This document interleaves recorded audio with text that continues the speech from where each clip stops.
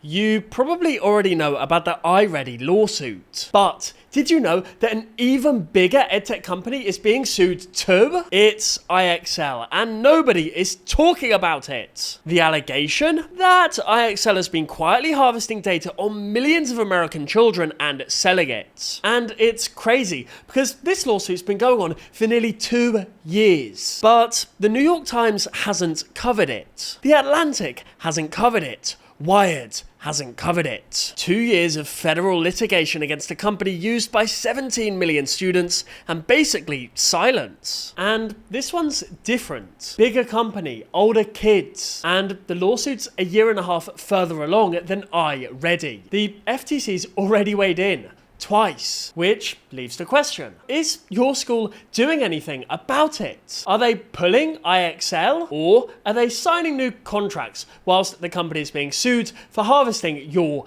data? We'll get to that, but first, why should you give a damn about IXL being sued? Hit subscribe, let's get into it. Part 1. The noise. The thing about iReady is the lawsuits gave kids permission to react. It was a moment in time. People posted, made TikToks, and then everyone moved on. IXL is something else. With IXL, the rage just doesn't stop. Every day, all over the internet, kids screaming about IXL. And it's been going on for years. These are some real reviews from Trustpilot, not from one viral week. From this week, last week, the week before, every week going back. In the words of this student, IXL is trash, the lessons are hard, and the scoring system is rigged. You can get one single question wrong and you'll drop from a 90 to an 83. It's a horrible website and makes you want to punch my Chromebook. Yes, that's the SMART score, the thing that IXL is famous for. You answer questions, you climb a number from 0 to 100,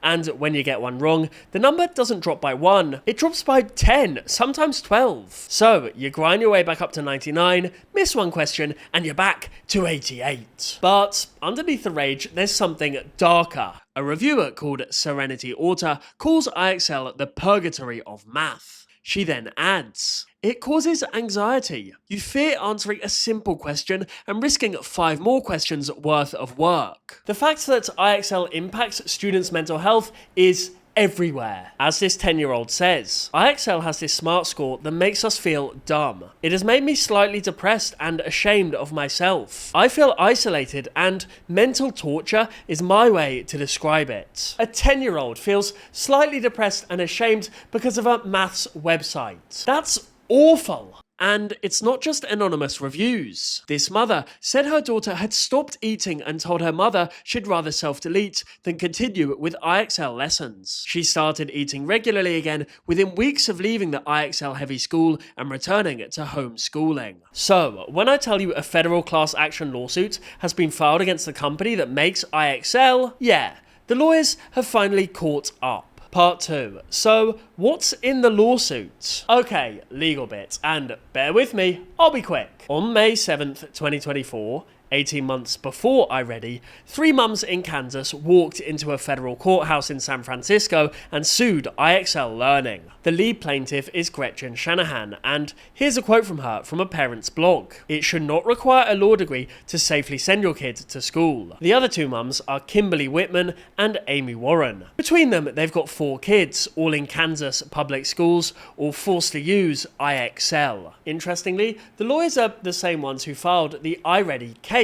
The EdTech Law Center in Austin, Texas. A husband and wife team called Julie and Andy Little. Julie's quote from when she started the firm: I just locked myself away in my office and wrote and wrote and wrote and finally had a complaint. And she's been writing complaints ever since. The IXL case was the first, then PowerSchool, Renaissance, Canvas, Seesaw, Google Chromebooks, and finally iReady. They are systematically dragging the entire American edtech sector into court, one defendant at a time, and IXL is the one they started with. The allegation is, in the words of the complaint, that IXL has built a multi-billion-dollar empire by monetizing vast troves of personal information that it has taken from students and their parents without their knowledge or consent. And here's the data that they say IXL collects. Names, passwords, parent emails, every answer you've ever submitted, your browsing patterns, your IP address, your city level location,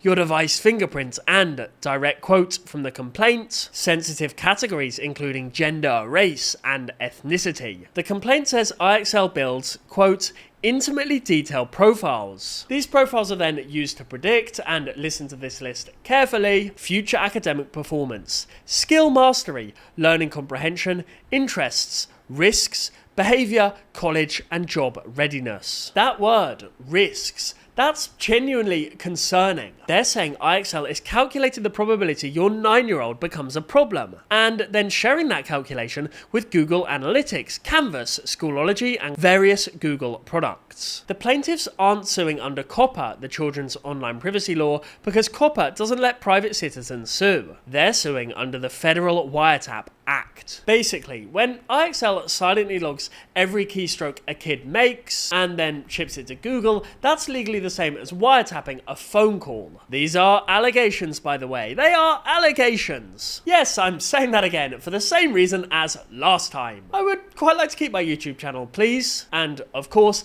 IXL denies all of this. Their official statement from May 2024. Student privacy is of the utmost importance to IXL. They go on to call the lawsuit, quote, speculative concerns about educational technology in general rather than anything specific and factual about IXL. Sorry, 3 Kansas mums, you are apparently speculative. Now, here's where it gets properly fascinating. IXL's first move was to try to delete the case entirely. They filed a motion saying parents can't sue them in federal court at all because, and this is real, they actually argued this, when a school district signs an IXL contract, the school is acting as the parent's legal agent, and the contract contains a binding arbitration clause, so the parents have no standing. So, to be clear what IXL is arguing here, they're saying that by enrolling your child in a public school, you've signed away your rights to sue IXL. The school did it for you. Yes, you weren't told. Yes, you didn't consent. It doesn't matter. You're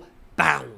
Just picture this in literally any other context. You drop your kid off at school, the head teacher signs them up to IXL behind your back, and now if IXL accidentally sells your 9-year-old's emotional profile to a Russian app broker, you can't sue. Because, surprise, Mrs. Henderson, the deputy head, signed your legal rights away during the photocopier toner budget meeting. That is genuinely IXL's argument. 2 weeks ago, on April 13th, the 9th Circuit Court of Appeals, basically one rung below the Supreme Court, ruled on this exact argument. And they handed IXL a partial win. On the surface, it looked like the lawsuit was dead. But here's the bit that IXL doesn't want you to focus on. The merits of the case, the wiretapping, the data harvesting, the Google Analytics, the profiling of children. Those claims are still alive. The 9th Circuit left them untouched. They will be heard. That's where the case stands today. It ain't over till the fat lady sings. Part 3.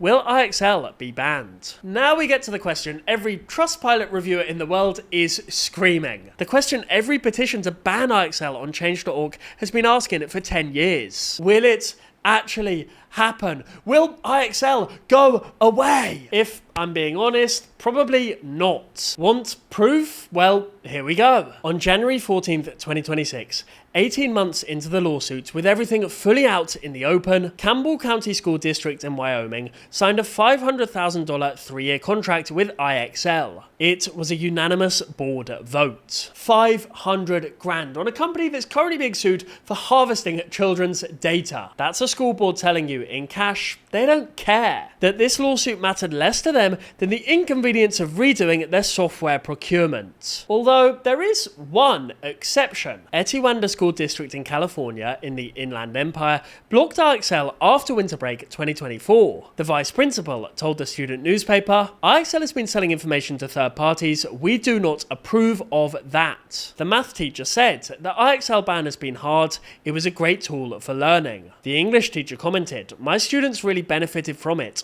I'm really sad that it's gone. Just one school district. fact, out of the 96 of the top 100 districts that use IXL, just one had the courage to do anything about it. The rest sign renewals. So how will this all end? Well, the realistic outcome is a settlement somewhere between $15 and $30 million, distributed across roughly 17 million class members, which works out at about enough per kid to buy a Freddo. Yes, the same Freddo as last time. Inflation hasn't moved. IXL will probably be required to change some data practices, add a governance committee, update their privacy policy. They'll keep operating, the contracts will keep getting renewed. So no, IXL likely stays. The best that the lawyers can realistically hope for is a published merits ruling, a single federal court opinion saying the wiretapping theory works in the edtech context, and that ruling, if they get it, would change procurement contracts industry-wide. Yes, that's the actual prize. A procurement that puts a legal limit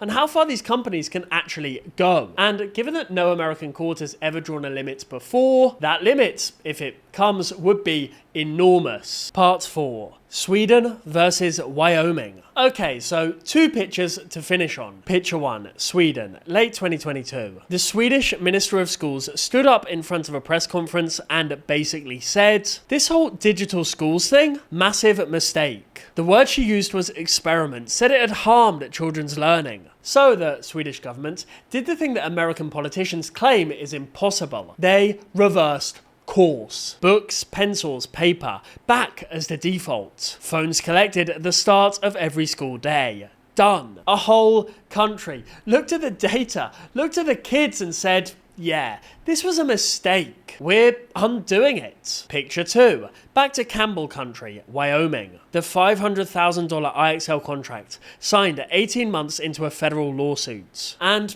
I want to be clear, this isn't some tiny district where they didn't get the memo. Wyoming has the internet. Wyoming has Google. Someone on that board at some point typed IXL into a search bar and saw the words federal lawsuit and data harvesting and apparently went, yeah, sounds great. $500,000, please. They voted yes anyway, because it was easier. 2 countries, 2 responses. Guess which one was paying attention? Spoiler alert, it wasn't you, America. Anyway, I'll leave you with this. In the wise words of this student, IXL is equivalent to student torture and it should 100% be banned. As a middle schooler, this system is punishing students for their mistakes and it actively punishes learning. He's just a middle schooler and yet he knows. The Federal Trade Commission knows. 3 Kansas mothers know. A Texas husband and wife law firm knows. And the 9th Circuit Court of Appeals is being forced to figure out if it knows. And meanwhile, Campbell country, Wyoming signed up for another 3 years. Whatever happens with this lawsuit, the damage that IXL has done to a generation of students is already irreversible. We can only hope that this case forces a change so the next generation doesn't have to suffer the same way. Smash that like button if you made it to the end and let me know in the comments. Should EdTech be banned from schools entirely? Sweden are trying it, America watches and shrugs. I'm genuinely curious as to what you guys think, so please do let me know. Thank you so much for watching my video. Till next time, snipe, snap, out.